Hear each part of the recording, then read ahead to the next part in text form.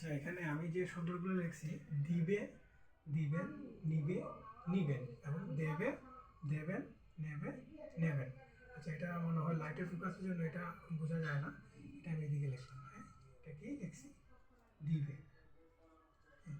এই যে এই 1 নম্বর 4টা শব্দ, এই 2 নম্বর 4টা শব্দ লিখলাম। এই দুটা শব্দের ভিতরে আমরা কি লেখার সময়, আমার কথা মনে হয় বুঝতে পারতেছেন, আমরা লেখার সময় কি লিখবো? এটা লিখবো, কারণ এগুলো কি চলিত রীতির শব্দ।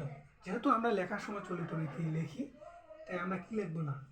সাধুরীতি। এগুলো হলো সাধুরীতির ক্রিয়াপদের শব্দ।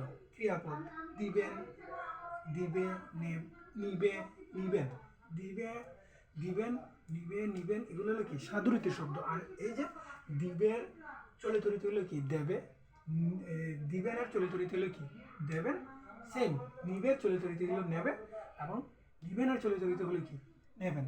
কিন্তু আমরা কি এই সাধুরীতি শব্দগুলো কি লিখার সময় ব্যবহার করতে পারবো না, কারণ যদি আমরা সাধুরীতি এবং চলিত রীতির শব্দ একসাথে লিখি তাহলে সেটাকে কি ব্যাকরণের নিয়ম অনুসারে এটা কী হবে? ভুল হবে। কী জন্য ভুল হবে? কারণ সাধু এবং চলিত রীতির মিশ্রণকে কী বলা হয়? গুরু চণ্ডালী দোষ। এইরকম দোষে দূষিত হলে কি আমাদের বাক্যগুলো কি হবে না? সঠিক হবে না। যদিও আমাদের অনেক জায়গায় এইগুলা প্রচলিত, এটা প্রচলিত, এটা ওইগুলো কি প্রচলিত, কিন্তু হয়তো অনেকে জানে, কিংবা এটা কি হয়ে গেছে আমাদের একটা ট্রেডিশন হয়ে গেছে। কিন্তু সেই ট্রেডিশনে যদি আমরা লিখতে যাই, যখন আমরা আপার লেভেল কোনো জায়গায় যাব, বা আপার যখন বাংলা যারা খুব ভালো বাংলা জানে বা বুঝে, যারা বাংলা নিয়ে রিসার্চ করে, তারা কিন্তু আপনার এটা থেকে কী দেবে না, পরীক্ষার সময় কোনো লিখলে এটা থেকে দেবে না কোনো মার্ক, পরীক্ষার সময় এটা লিখলে কি দেবে না, কোনো মার্ক দিবে না। দিবে কোনটা লিখলে? এটা দেখলে।